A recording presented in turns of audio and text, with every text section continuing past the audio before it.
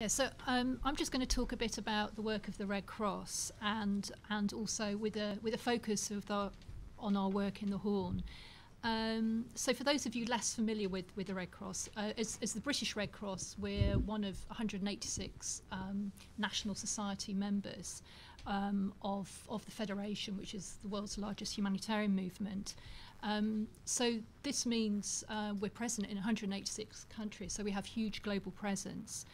And each national society is an auxiliary of the government, which sort of makes us well placed to engage with local structures. So perhaps linking our resilience work with national structures, as well as understanding the context and always being there. A real added value is our local branches. National societies have branches throughout the country, and their work is very much based on volunteers. We have a huge network of volunteers. I think there's about 100 million volunteers, members and supporters throughout the world.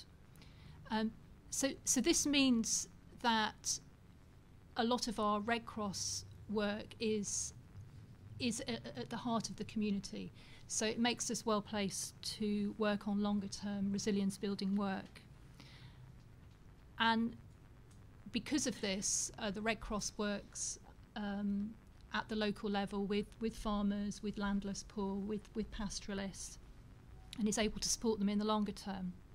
Also part of the movement is ICRC, which is an independent, neutral organisation within the movement, and it ensures humanitarian protection assistance to victims of war and armed conflict.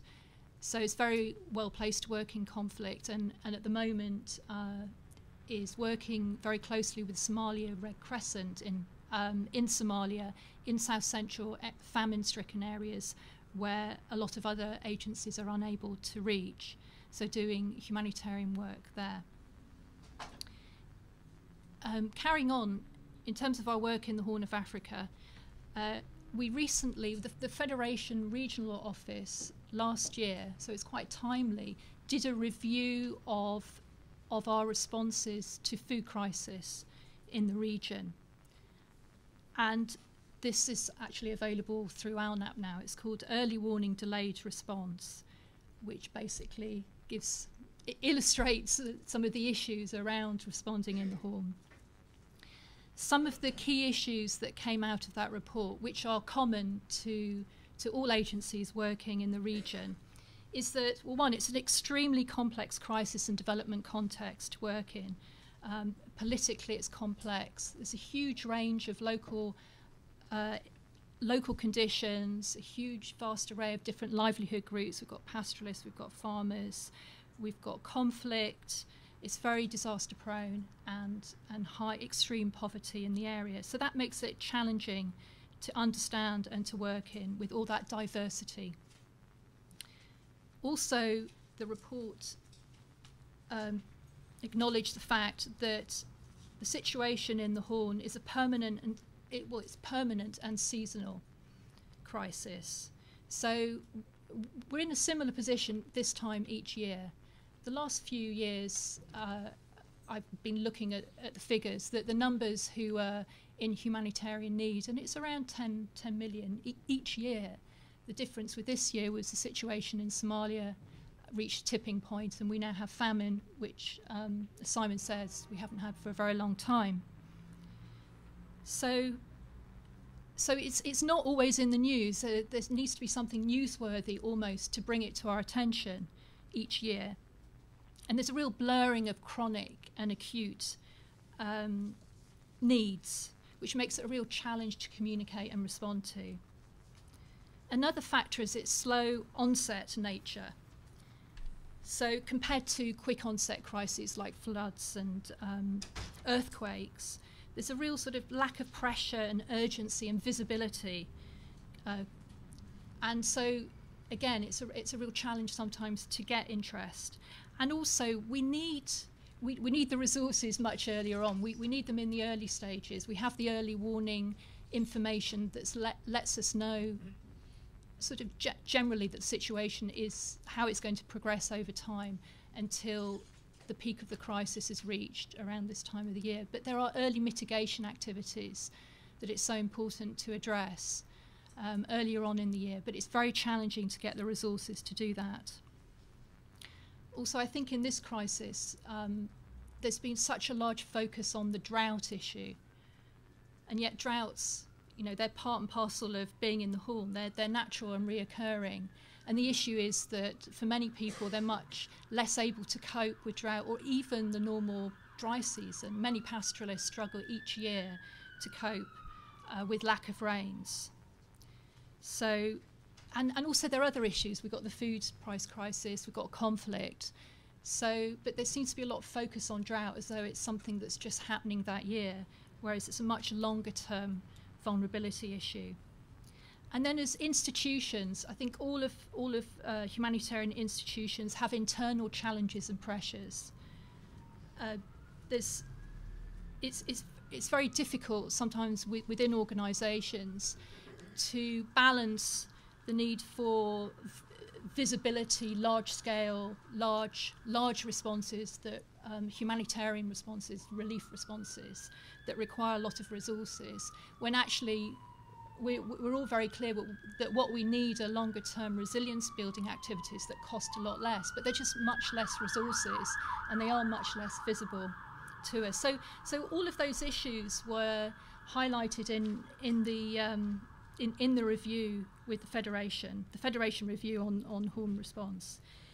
So that happened last year, and since then, well, it was very timely, as I was saying, in terms of being ready for this year. The decisions are very much now based upon having a community-based risk management approach within the region.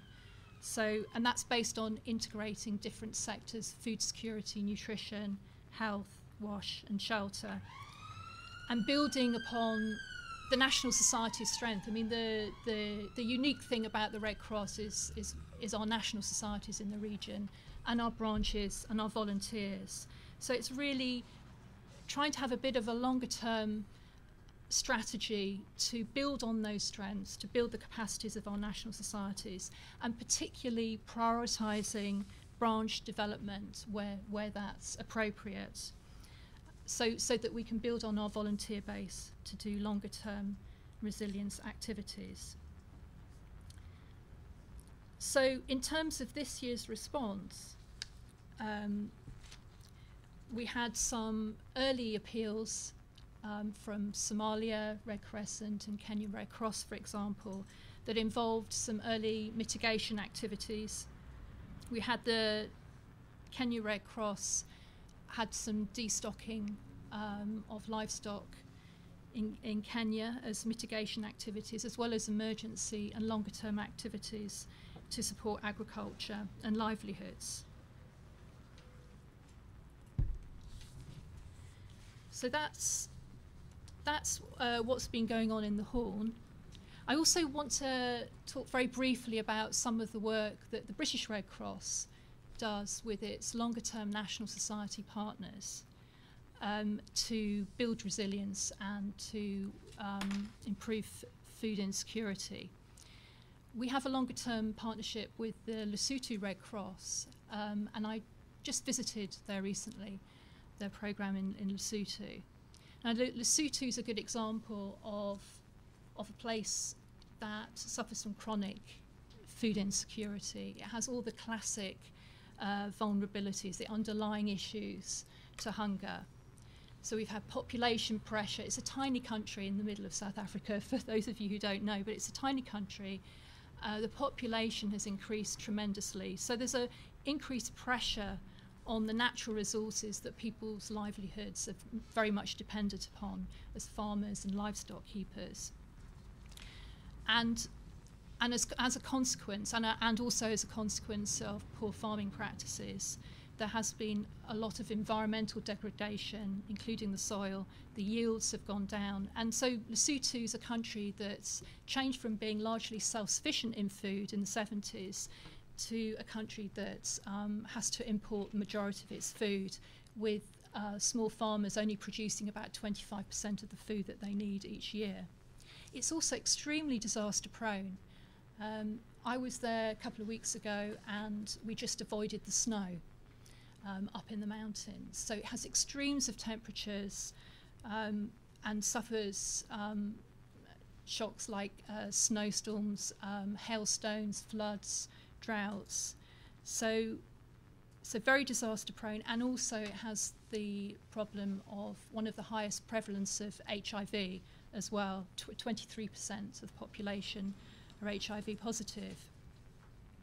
So all of those factors make poor people, poor farmers, very vulnerable to food insecurity. We work with Lesotho Red Cross on their home-based care programme, which aims to support people living with HIV, giving them the support that they need. And these days that's very much focused upon compliance with the antiretroviral drugs that are now available. The food security work is targeted at the same communities and targeted at the people most vulnerable to food insecurity. And one of the key issues is to make sure that people taking antiretrovirals are able to comply, because people taking those drugs have to be healthy and have to have enough food. And we found from our own studies that about 10%, the 10% non-compliance of these drugs is the result of a lack of food. So we have the integrated program there. We have the volunteers working as care facilitators, supporting people living with HIV. And then we have also volunteers working as lead farmers, lead gardeners, giving advice to people how to grow vegetables using the classic keyhole gardens, as well as we're just starting to support conservation farming for the main crops for farmers to try and improve the yields and to try and prevent the environmental issues and the environmental degradation issues. So that's, I think, is a good example of how the Red Cross can work in building resilience, working with its volunteer network through its branches, being there in the longer term, being able to link into national structures, linking into the extension workers who are normally have hardly got any resources at all, not even money to go out to the field. We can support and work with them, and the same with veterinary care as well. And I just want to finally end up with just giving an illustration of British Red Cross work in the UK. We're a national society, we have branches, we have volunteers. And I think we do some extremely important and good work working with destitute asylum seekers who struggle to get enough food to eat. In fact, we did some work a few years ago which investigated some of their issues, and the people that we interviewed who are the most vulnerable, 87%, can't say it, 87% were often only having one meal a day, and also there were some who had whole days without food. These are people who don't have any recourse to any assistance from the government and are not allowed to earn an income, so they have no livelihood. And the British Red Cross supports them giving cash, vouchers for cash, donated food and other kinds of support. So these truly are people living in hunger that the British Red Cross is supporting in the UK. Thank you, Mary, and thanks to the panel for your contribution.